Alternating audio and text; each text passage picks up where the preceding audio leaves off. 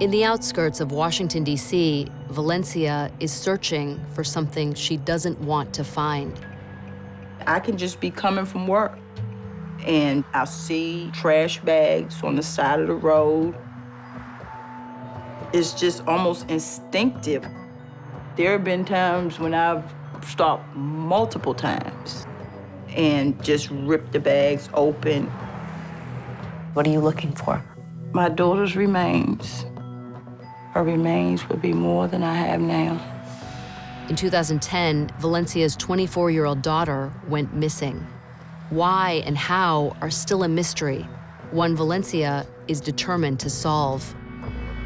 150 miles north in Philadelphia, Jackie has her own story of disappearance as a survivor of a notorious kidnapping. Sometimes I still feel captured because I still live with my past. He still got the power over me.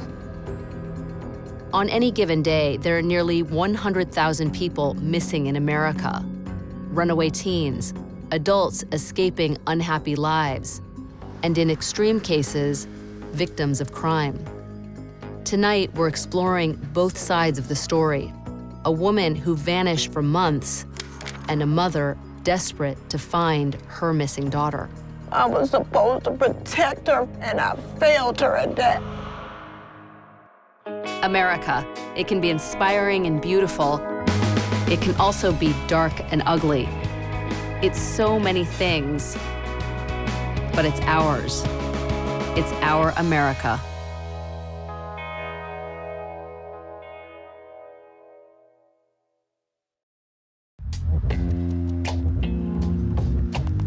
God, please, there should be no world that we should be hungry or cold or without a family. We all need love in our life.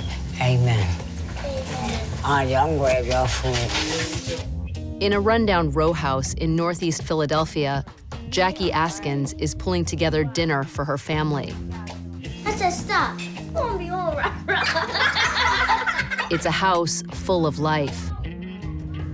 But there was a time when Jackie was surrounded by death. And while today Jackie's home is her sanctuary, there's still one room just under the kitchen that puts her on edge. I don't do basements. The coldness, the chill, the feeling of it, it's not a good place to be. Just to go to that door, it put me in a different state of mind. For Jackie, that door leads 27 years into the past, when as a teenage prostitute, she vanished from the Philadelphia streets and became the victim of one of the city's most heinous crimes. In the Basement of Horrors case, the lawyer for Gary Heidnik says he is completely insane. The captive women had been imprisoned as long as 4 months and fed dog food, bread, and water. I'm here to help Jackie share her story, but revisiting the past can be painful for any trauma victim. And when we meet, I find that Jackie's on a number of prescription drugs to help manage her anxiety. Jackie, are you okay? This is not an easy conversation for me, but I'm okay. Tell me about that day when you were 18 years old and this man pulled up in his van. It was January the 18th, 1987. It was raining, and I ended up on the corner of 15th and Poplar. This one white guy pulled up to me. He just told me he had $500. He just wanted to spend some time. Behind the wheel was 43-year-old Gary Heidnik, a former Army medic with a long history of hospitalizations in psych wards around the country. He drove Jackie back to his house on Philly's gritty north side. I went in, and he had these arcade games around.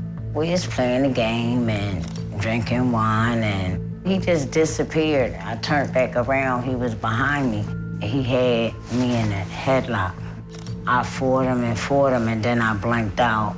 And when I came through, I had handcuffs on my arm. I was like, you can rape me, but don't kill me. I'm not ready to die. But Gary Heidnik had no intention of killing Jackie. Instead, he forced her down the stairs to the basement. And when you're brought down to the basement, what do you see? 4 girls. The 4 girls were Josefina Rivera, Deborah Dudley, Lisa Thomas, and Sandra Lindsay. Heidnik would later kidnap a 6th woman, Agnes Adams. Over 2 months, he had abducted them one by one from Philly's streets. He turned his basement into a prison, keeping the women naked and shackled and feeding them dog food. Heidnik imagined the women as a sort of harem. His goal was to impregnate them all, and he raped them daily. How often were you chained up? Every day. Even when he forced you to have sex with him? Yes. How often would you get beat?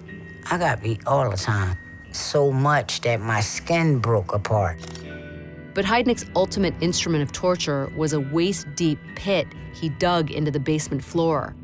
He'd force the women into it and seal the top. How often did you have to go into that hole? And when he say so, he would put all of us in there. We had to turn sideways in order for all 5 of us to fit in. For how long? There wasn't no dating times down there. While time in the basement was standing still, back in Jackie's old neighborhood, weeks turned into months. And somehow, life seemed to go on as usual. Jackie claims that in the time she was gone, no one reported her as missing or filed a police report. Even Jackie's mother didn't notice she'd vanished. Jackie, do you know if anyone looked for you when you were gone? No. To them, I wasn't considered missing. They didn't look too hard. How does that make you feel? It's to be expected. They said I wasn't going to make it to my 18th birthday. When a teenager disappears, you imagine search parties canvassing neighborhoods and the victim's face on the news. So how could Jackie go missing and so few people seem to notice or care? I want to know more about Jackie's past. So I'm meeting her childhood best friend, Adina, who grew up with Jackie on the crime-ridden streets of South Philly. What was she like as a kid? Loud, feisty. She was my best friend. We connected because we didn't have any money and we lived in the projects. We pretended we lived a fantasy life. Then we would stay in the park all night. We met drug dealers, pimps. It's just another world. Jackie's father died when she was 3. And as a child, her relationship with her mother was difficult. By the time Jackie was 8, she began running away, spending her days on the street and bouncing from one family member's house to another. At neighborhood parties, Jackie experimented with drugs. By age 11, she was hooked on crack, and she started prostituting at age 13. Anything to escape her circumstances. We used to dress up in skirts and shoes and heels and makeup, and we would look for the white guys because we thought they had the most money, and she was going to get one to take her out to the ghetto. As Jackie got older, she was a little more adventurous, and she used to go off with people. And I said, Jackie, don't go. I don't trust this one. Adina says that when Jackie was turning tricks, she'd often be gone for a day or 2. But when she went out on January 18th, 1987, she never came home. Did you call the cops or anything? No, cops didn't help us, so we wouldn't go to the cops or anything. We thought we could really help each other. Me, her little cousin, and my sister, we were looking for her. And every day, we would ask people, did you see Jackie, But Jackie was gone. Nobody could find her. Take a right? It's the 3500 block. All the while, Jackie was being held captive in a dank basement across town.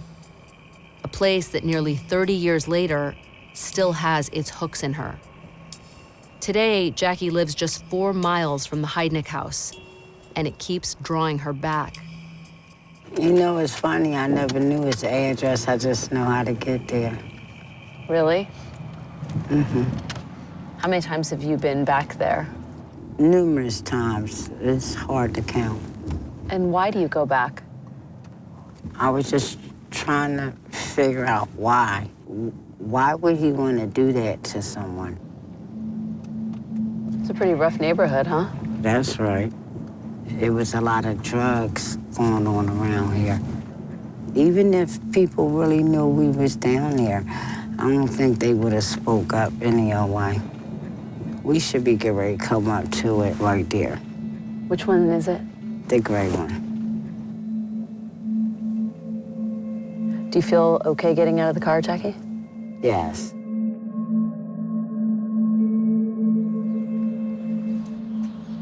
It's just kind of amazing that everything's just so close together and that someone could be keeping so many women here for so long. In 1987, Heidnik went to great lengths to keep his basement torture chamber a secret. He sealed off the windows with sandbags and blasted rock music to conceal the women's screams. As time went on, his methods escalated. He drove screwdrivers in our ears. Why did he do that? So I couldn't hear people knocking, coming in the house, so I wouldn't scream help. Today at Gary Heidnik's house, that past seems all but erased. Jackie says the basement was sealed off with concrete years ago, and the upper floors have been turned into apartments. I mean, it definitely looks like people are inhabiting the house because there's a satellite dish on top. Mm-hmm. It's just like they don't even know the history of the house. What does this place represent to you? Hell. As a prostitute and drug user living in poverty, Jackie was lost before she ever went missing. The kind of girl no one went looking for. But in Washington, D.C., there's a mother who's never stopped searching for her missing daughter.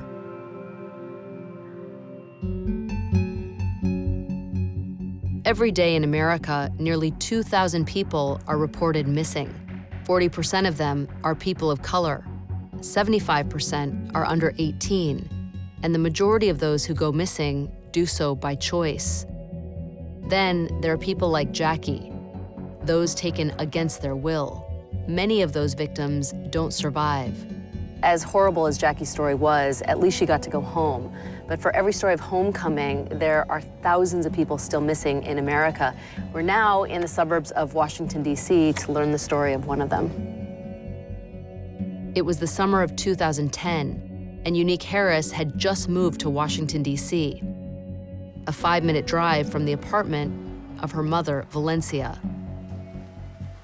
How would you describe your oldest daughter? Unique has always been my most loving child. She had a strong faith. You know, she had a strong conviction about her education, her children. She grew into being the strong woman.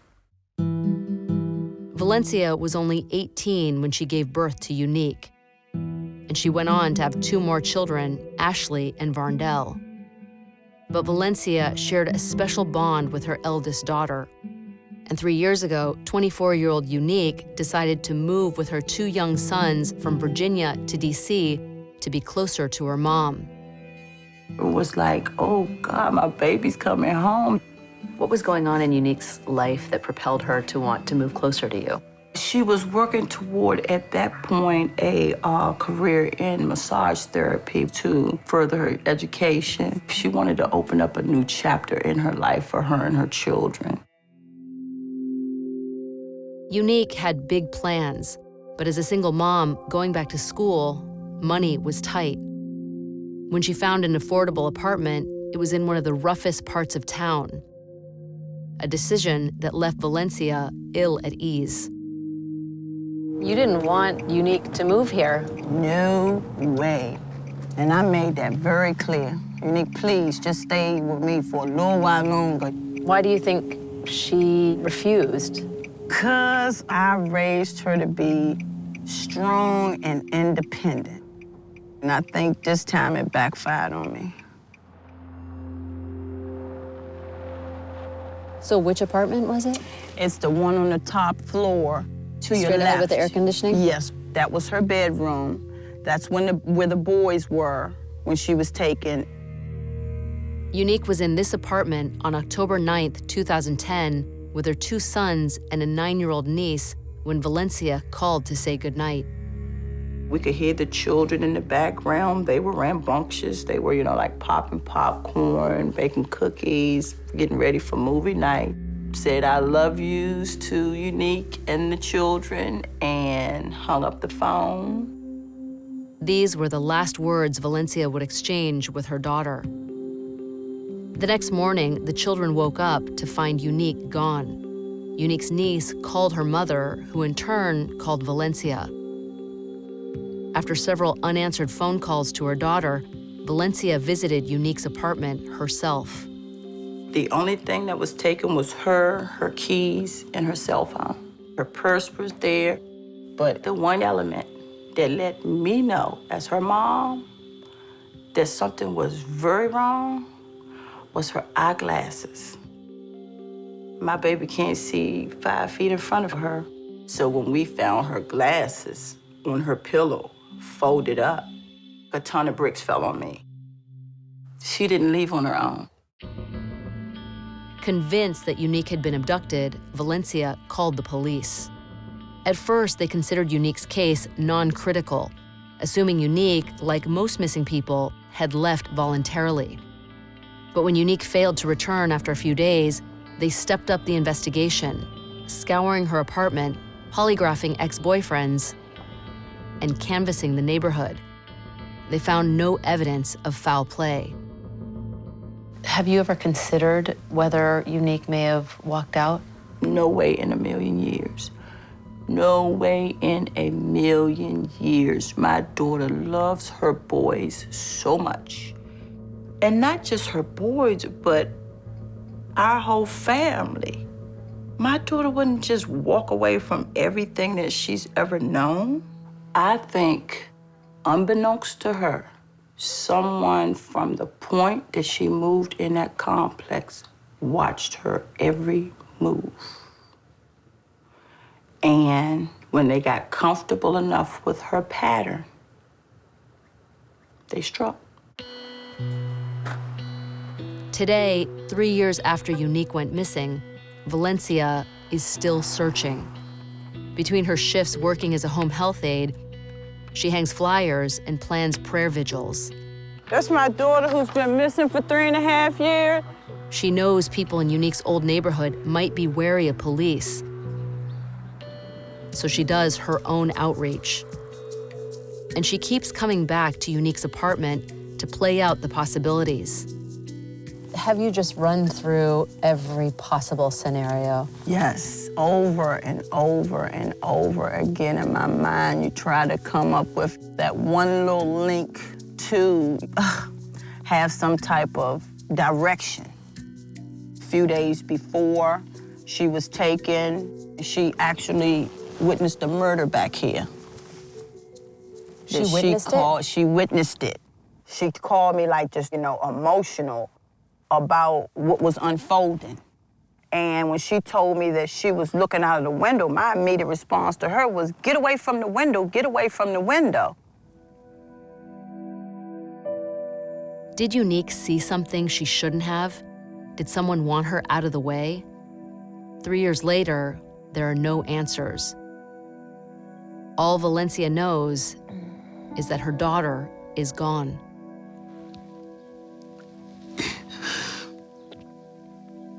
I'm sorry. I hate this place. I hate it. It makes me sick every time I come here. It just makes me sick to my stomach. But I have to keep coming back because I want to find her. If you're not safe in your home, where are you safe? Where are you safe? Even in an environment like this, she was still at home. She wasn't out here in these streets. She was at home with her children. And hopefully I'll find her and make it right.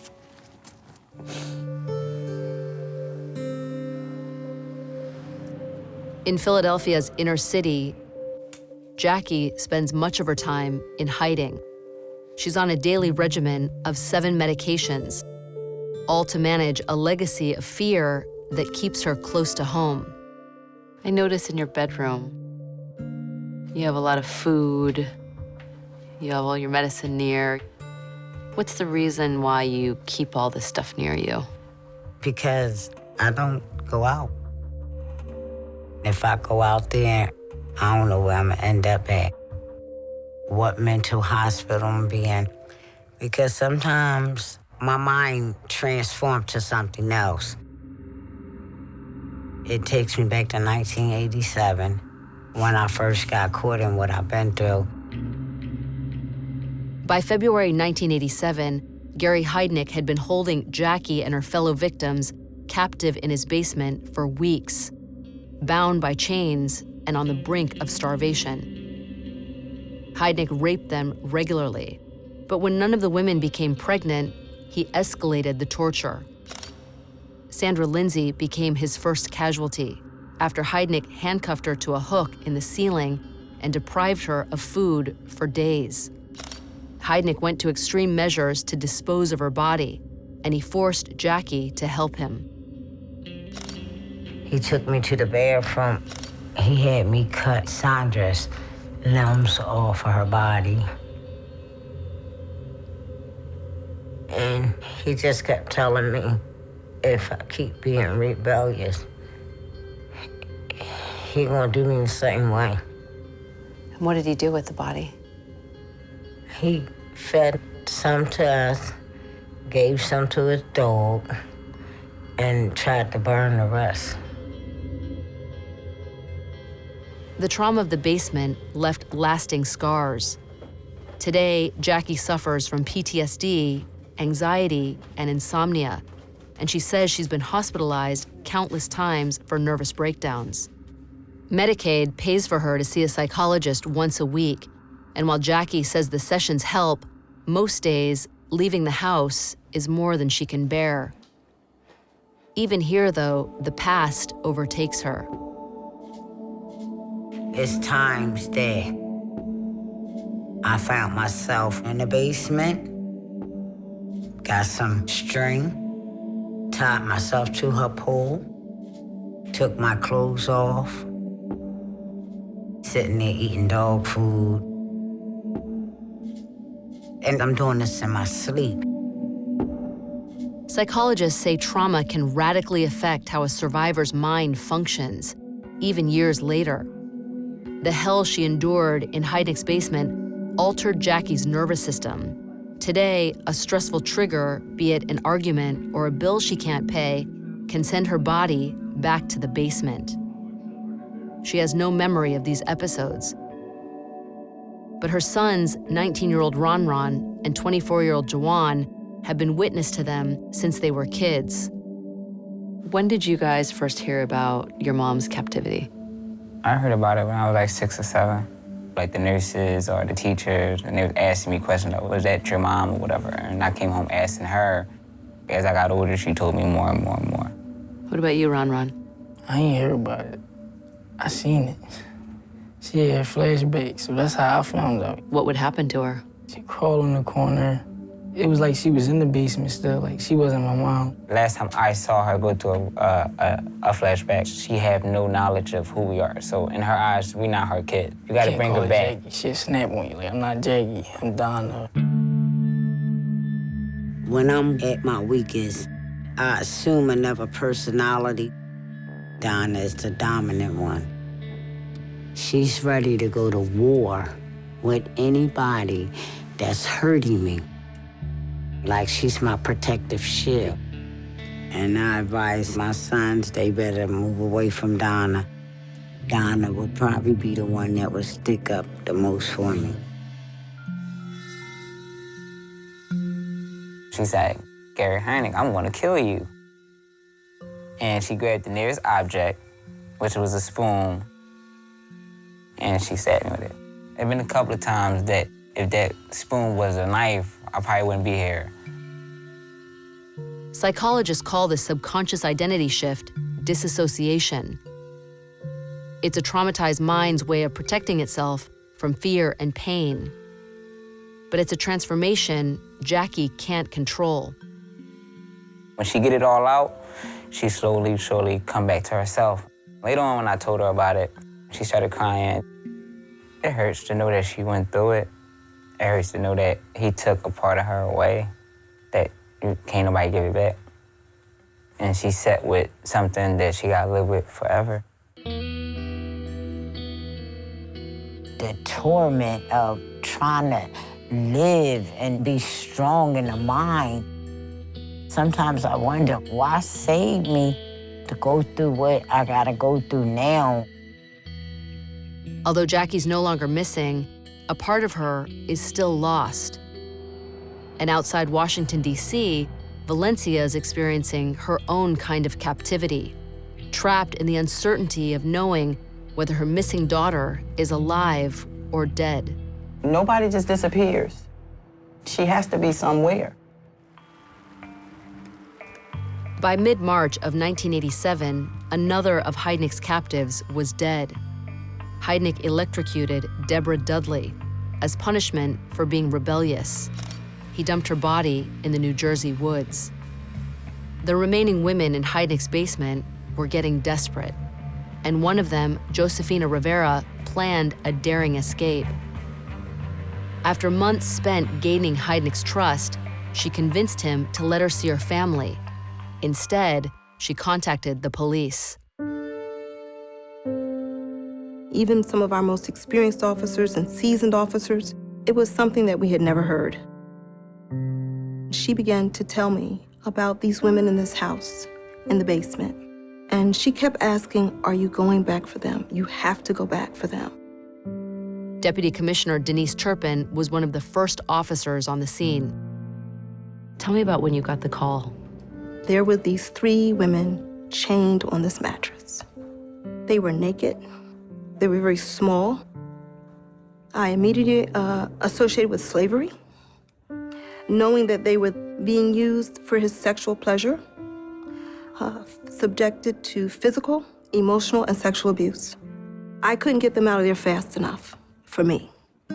Murder, kidnapping, and rape charges have been lodged against 43-year-old Gary Heidnick. Jackie and the other survivors were taken to a nearby hospital and treated for malnourishment and trauma. A year later, Jackie testified against Heidnick. An experience so excruciating, she fled the courthouse.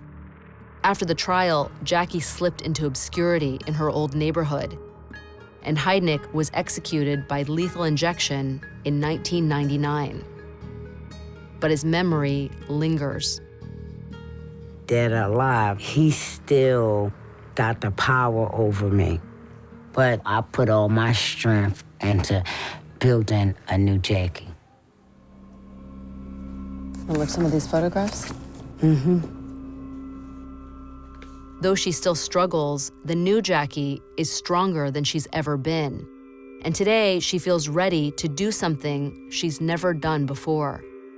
Police photos taken at the time of her rescue are public records, ones Jackie has never seen.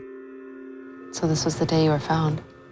This is Agnes, and this is me, and that's Lisa Thomas. So those are your legs, right? That's me. Only reason I could tell is my legs.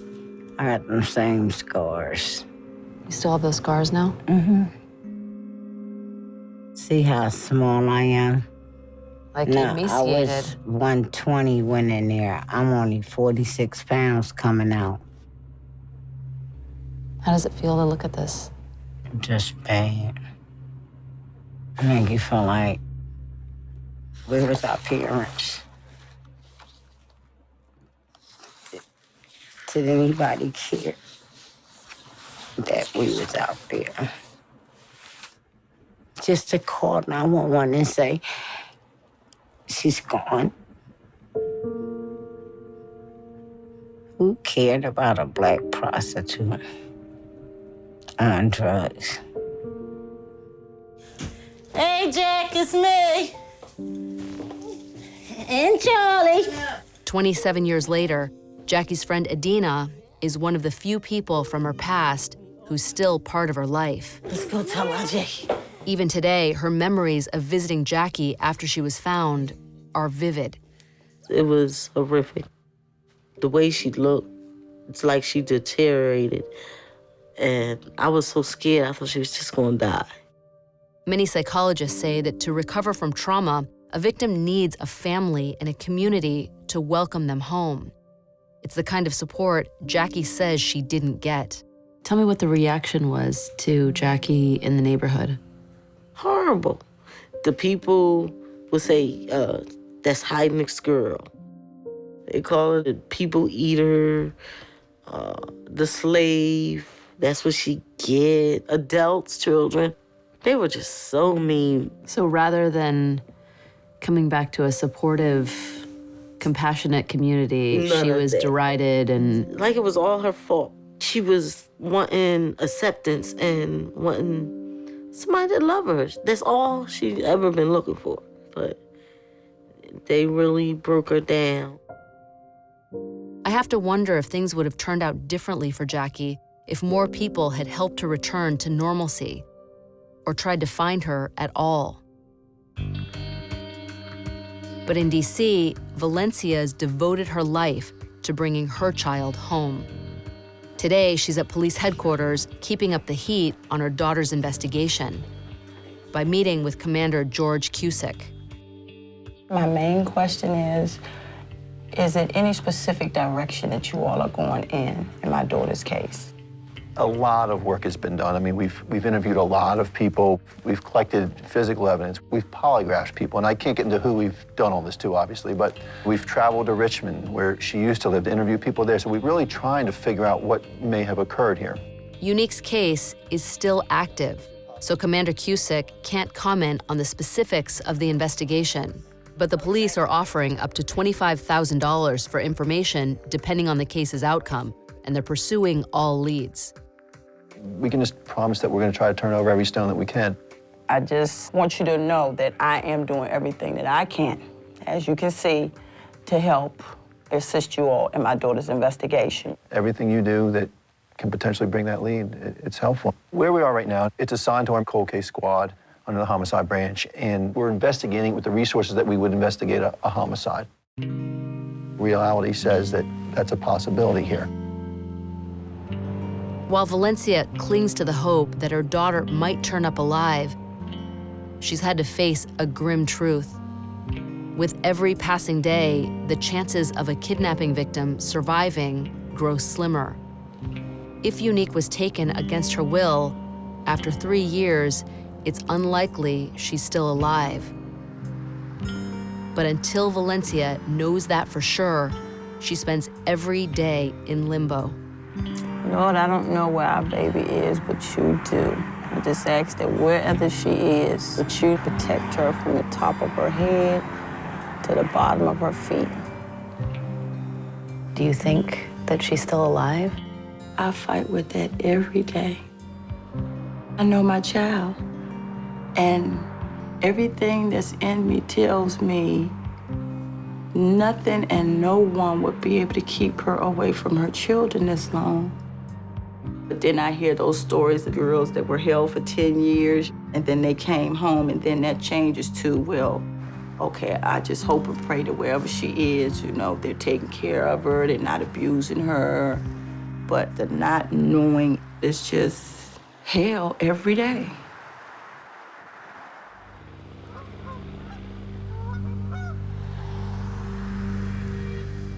Today, the horrors of Gary Heidnick's basement are no longer national news.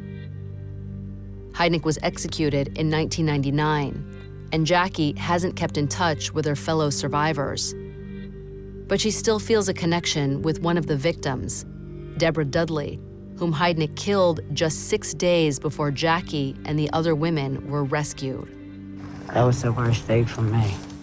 Why was that day so hard? I lost a friend. Because only one know how we all feel is each other. And we can only rely on each other to get each other through this. If she was alive, she would be our best friend. I just wanted to know that I wish she was here. I wanted to know that I miss her. But I'm gonna just keep our hope and our dreams, and I'm just gonna keep striving more and more. Let everybody know what happened to us in that basement, no matter what. Why do you keep their pictures on your phone? Because they're not forgotten. You know, I don't want to forget them. She wanted this. She wanted our story out. Near Debbie's grave, Jackie can remember the past on her terms. And 150 miles south, in the Maryland suburbs, Valencia has created a memorial of her own for her missing daughter, Unique. Her clothes, you know, her furniture, her perfumes. She loved that perfume. I'll go over it now and sprinkle a little bit. That helps me sometimes, you know. If Unique is still alive, she's now 28 years old, and much has changed in her absence. Her two sons live with their father in Virginia. Her younger sister now has children of her own. All that remains of Unique's life in DC are the remnants that Valencia has held onto, in case one day her daughter comes home. A lot of people look at it like, you know, it's material things, but when you're in a situation like this, those material things become very precious to you. It's just like there are pieces of her in there. I can't let it go. I can't let it go. It's like letting her go, and I can't do that. I don't care what it costs me. As long as I'm breathing, I never will give up on my child. I never will give up on finding my baby, ever.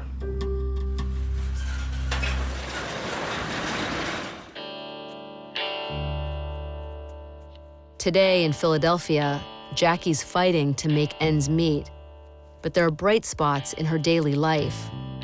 Government assistance brings in less than $2,000 a month. But with the encouragement of her friend Linda, Jackie started cleaning houses to bring in extra cash. Linda, look now. It looks marvelous. Hi. It really does. It might not seem like much, but this part-time job is a big step forward. And in the afternoons, Jackie picks up her daughter, Jaimani, from school. 5 times 6 equals 72. 5 times 7 equals 83, right? 81. 81. 4. 84. My children, they mean the world to me. Like my daughter from day one. It was a miracle just to hold her. And you can feel like a lot of the heavy weight that was on you just went away. Mommy said she loved me. She said she had to raise me to be good, to have a good education and a good life. She didn't want to tell me how to do this.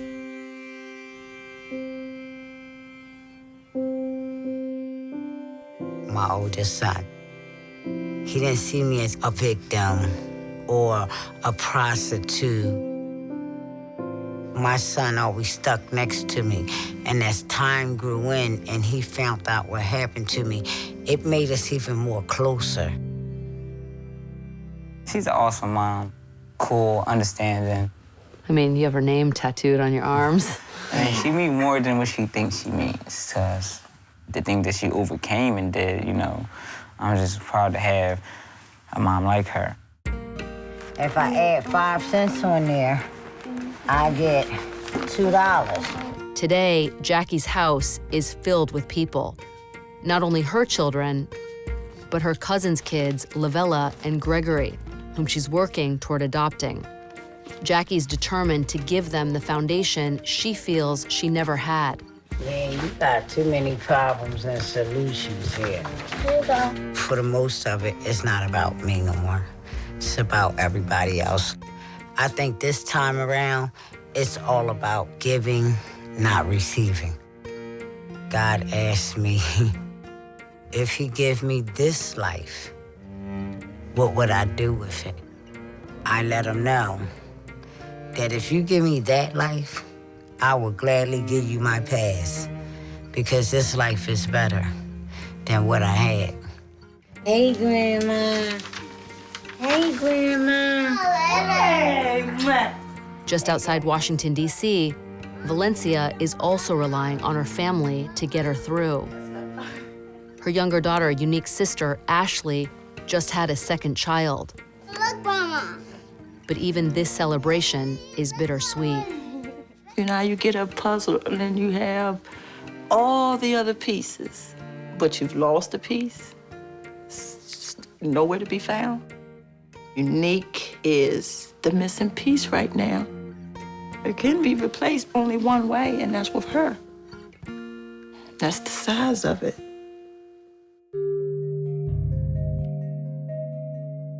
If Unique is somewhere and able to see this, what do you want to say to her? I want to tell her that your mama will be there. And I love you. I will never stop loving you. I'm going to find my child, or I'm going to die trying to find her. Thousands of men and women go missing in America each year as victims of crime. They and their families need your help.